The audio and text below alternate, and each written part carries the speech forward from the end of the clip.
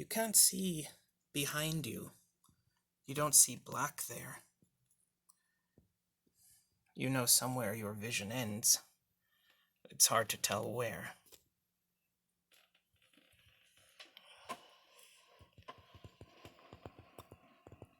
Somewhere at the sides.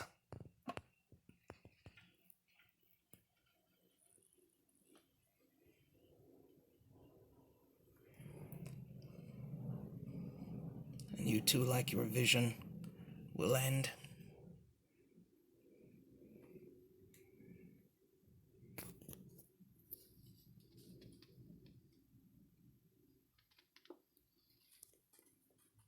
Where your memories go when you're not thinking of them or remembering them.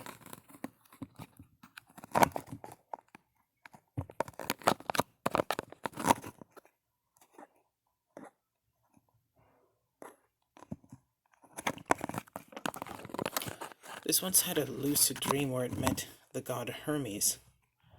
Called himself Ame. And he told me of a time that his brother Apollo had taken a man who had complained of being tortured, who had injuries, and he tortured him more, then healed the additional injuries, and the man walked away thinking that he was healed and nothing was wrong, and never questioned his pain ever again. It reminds me of this I'll give you something to cry about mentality, where no one wants to let you say anything that takes power from authority. Everyone's always attempting to use the fear of everyone, not of the whole world, not only hating you, but not allowing a thought into their head, denying thought either by fear or with hatred, so that there's no way anything could ever happen because people's thoughts have been paralyzed and taken away. And that forces other people to destroy their own thoughts and not allow thought in their mind, and it spreads like that. And this is how things like religion and God and authority happen, because people are made to feel such fear they cannot think. Psychiatric medicine exploits this and uses the fear of authority in order to force someone not to be able to even think of questioning them, knowing that the result will be not only a world of hatred, but the inability for that person to think that they did anything to you. When somebody refuses to admit that no one likes going to work or going to school or pain, or no one likes being forced to do things against their will, there is no such thing as God, and people are evil, they're racist, and there's so many, and it's everyone. It's a problem everyone has because it comes from authority. Everyone is vulnerable to authority, and everyone permits it. That's why you get so much support for it. If everyone didn't support it, you would easily be able to get rid of it because there couldn't be that many people to support it to begin with. By being permissive of it on the inside, that is creating what allows it to continue. But of course, because authority says no, nobody cares. And that authority figure, in the case of a psychiatrist, will say, now it's just one more day. And you can't question that. You have to go the rest of your life thinking it's only one more day, and they call it take it one day at a time, but that's what it is.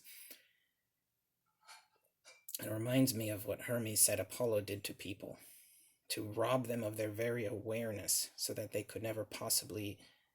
That's a very upsetting thing, to have someone do something bad to you and then never let someone have the inner strength, the power within, to do anything other than give power to that authority and support that authority. Anything that would elicit that response creates fear that does not allow thought. If someone had told everyone the television was real their whole lives, it would be the same as God. Very few people would question it. And the few people who do would be saying, this is a movie. Where have you ever seen anything like that? Prove it. Where's your proof that the television isn't real? And people would go around their whole life. Their whole life.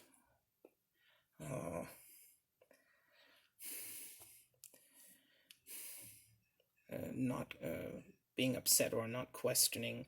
And anyone who actually went and proved it, which of course, if this were the case where television is God, they're going to protect it. They're not going to just let anyone go in and prove that it's not there. And even if somehow against all you did it, everyone would hate you for it. There would never be a moment of, oh, great, now we know. Thanks for I had no idea. Of course not, because that's why they didn't think in the first place. People would have figured it out earlier if it weren't for the mentality that forces all disobedience to be seen as evil. People wouldn't say thank you for telling me the truth. They would say, why would you think of that? Why would you it takes a really bad person to want to prove something like that. Why would you go against what everyone told you not to do? Your disobedience shows evil, and if you're evil, then you must be lying to me somehow. It is always right to never allow an evil person to do something, because that will allow evil. You don't know how, but it will, and that's the truth. That if you're disobedient, you're evil, and if you're evil, you're always lying. You're the kind of person who lies, and no one should ever let you do anything that gives you strength and takes strength from authority. And it hopelessly fixes everything in place, because no matter what you do, no one will ever admit, no one will ever think that they did anything. No one will ever think of what you're going through, what they're putting you through, and that breaks you down so bad. That's really upsetting. And this will then speak of something.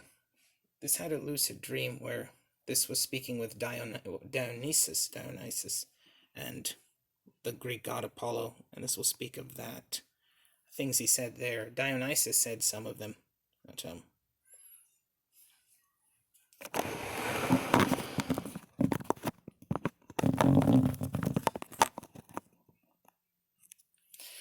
this will elaborate further upon that, even if Dionysus was the one that said it. And Apollo, in lucid dreams, there were subtitles in this lucid dream, and words look strange, like graffiti, and numbers are made of small rows of numbers, text made of other numbers. And Apollo was saying something about, forgot what it was, but then Dionysus, I think it was something about, I think it was when I asked him what the definition of art was, and to which Apollo said, when I asked Apollo what the definition of art was, he told me that to be an artist is to use a body of knowledge to evoke valuable experiences from life, and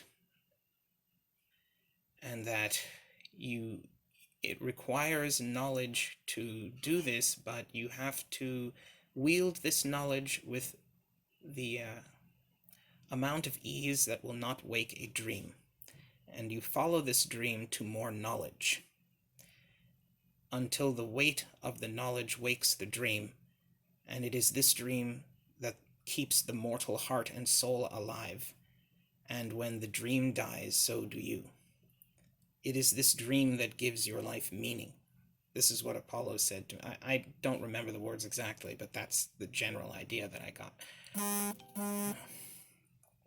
And Dionysus, I forgot what it was, but Dionysus was saying something about they were Dionysus and Apollo were arguing over something, and I think it had something to do with alcohol. Maybe it was when I asked Dionysus why he drank so much, and he told me something about being lofty, or the sunset, or the world was, he was born as a phantom untethered to the world, and the earth turned beneath him, and thus the sun always sets from where I sit, or something like that. I wrote it down somewhere, I have to look it up.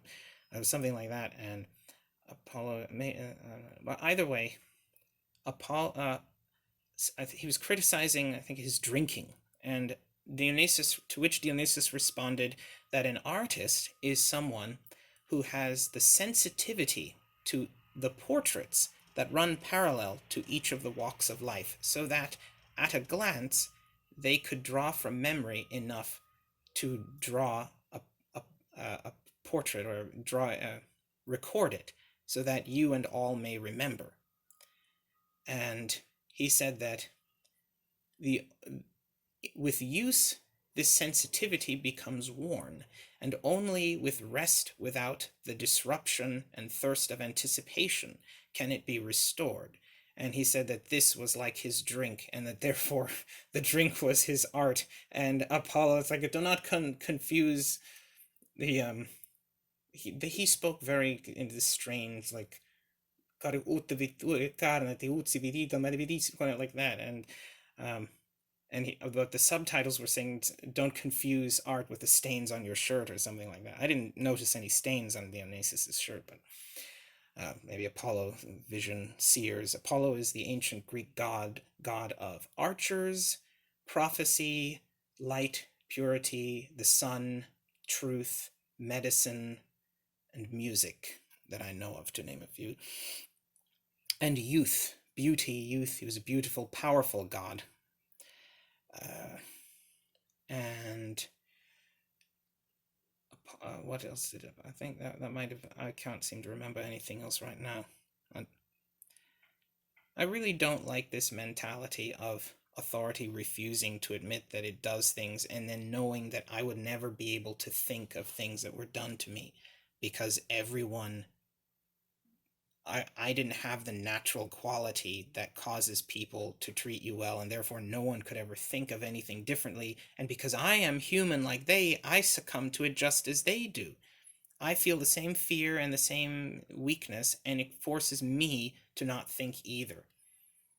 And so for the rest of your life, you'll be around people and relatives who will mistreat you, and then say, oh, go talk to them, not recognize that obviously you don't want to talk to them because they upset you, and because they will always think it is okay. And that's really annoying to know that that mentality exists, that people think like this because there's nothing you can do, and that breaks you down when it's like that.